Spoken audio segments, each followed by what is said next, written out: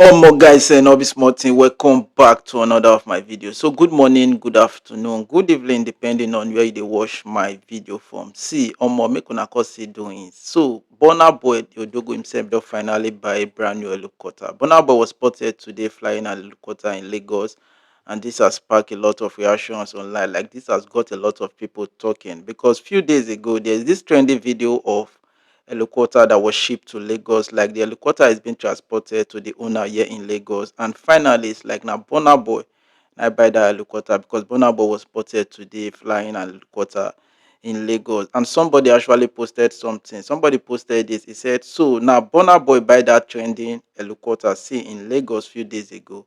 Odogo get doings. Omo, I don't know how true is this. So guys, here's the video. Tell me what you think about this. Do you think Odogu Burnaboy is the one that bought that helicopter? Drop your comment at the comment section and don't forget to subscribe. And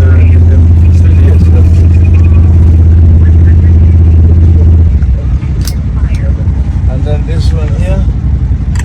No, don't tell yourself. Then the other one. Yes.